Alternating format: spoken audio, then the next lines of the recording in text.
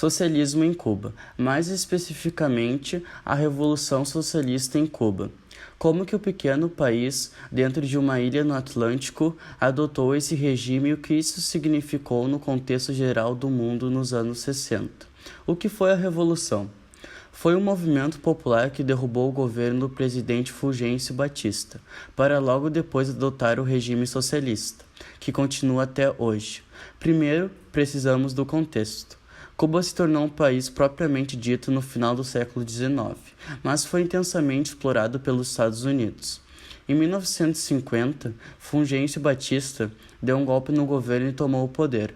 Porém, o regime desse novo presidente foi uma forte ditadura militar, que repreendia a imprensa e qualquer movimento político de oposição. Não lembra alguma coisa? Bom, foi nesse contexto que Fidel Castro e seus partidários entraram em cena. Então a Revolução foi ao mesmo tempo uma luta contra o governo e um movimento nacionalista. O início. Tudo começou em 1953, com a organização de um ataque ao quartel de Moncada, em Santiago. O ataque, cujo objetivo era tomar armas, foi um grande fracasso. Fidel Castro e seu irmão foram presos. Fidel foi condenado a 15 anos de prisão, mas escapou no seu segundo ano de sua sentença, junto com o irmão. Os dois se exilaram no México, onde eles passaram alguns anos planejando a sua volta. Em 1957, Fidel voltou a Cuba, com 80 homens sob a sua liderança e muitos aliados, incluindo Ernesto Che Guevara, para tomar o país. O pequeno exército se instalou na floresta de Sierra Maestra.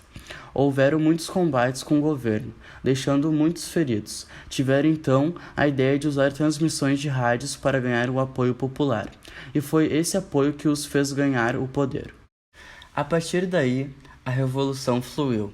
Em 1958, os Estados Unidos suspenderam seu apoio militar para o governo de Fulgêncio Batista e preferiu observar o rumo da revolução do novo governo. No dia 1º de janeiro de 1959, os rebeldes chegaram a Havana, capital de Cuba. Batista fugiu para a República Dominicana. Começa então uma nova era para Cuba. Quase imediatamente, Fidel Castro se intitulou primeiro-ministro e foi gradualmente concentrando o poder em si. Fez também grandes mudanças no país logo no início do governo, implementando uma reforma agrária e nacionalizando empresas estrangeiras. Os Estados Unidos ficaram muito insatisfeitos com essas medidas. Em janeiro de 1961, rompeu relações com Cuba. Em abril do mesmo ano, em um discurso, Fidel declarou ao mundo que Cuba adotaria um regime socialista. No dia seguinte do discurso, o país é atacado pelos americanos na Baía dos Porcos, na famosa invasão da Baía dos Porcos. As tropas cubanas, porém, conseguiram neutralizar o ataque. Em 1965, Fidel cria o Partido Comunista Cubano, e nesse ponto nenhuma potência capitalista quer se relacionar com a Cuba. Isolado economicamente, o país passa a receber ajuda financeira da União das Repúblicas Socialistas Soviéticas. O motivo era a plena Guerra Fria, e ter um país socialista ao lado dos Estados Unidos era um trunfo enorme.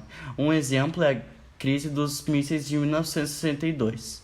Depois de sua revolução, Cuba passou a ajudar países africanos a fazerem independências de suas metrópoles. Hoje, as ideias revolucionárias fazem parte de Cuba, esse sendo um dos únicos países que continua seguindo princípios socialistas rigidamente. Com a piora do estado de saúde de Fidel Castro, em 2007, seu irmão tomou o poder. Fidel morreu no dia 25 de novembro de 2016.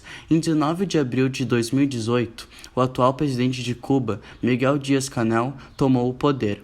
Outra face da Revolução Cubana é Ernesto Che Guevara. O que aconteceu com ele? Che Guevara foi para a Bolívia, onde foi assassinado em 1967.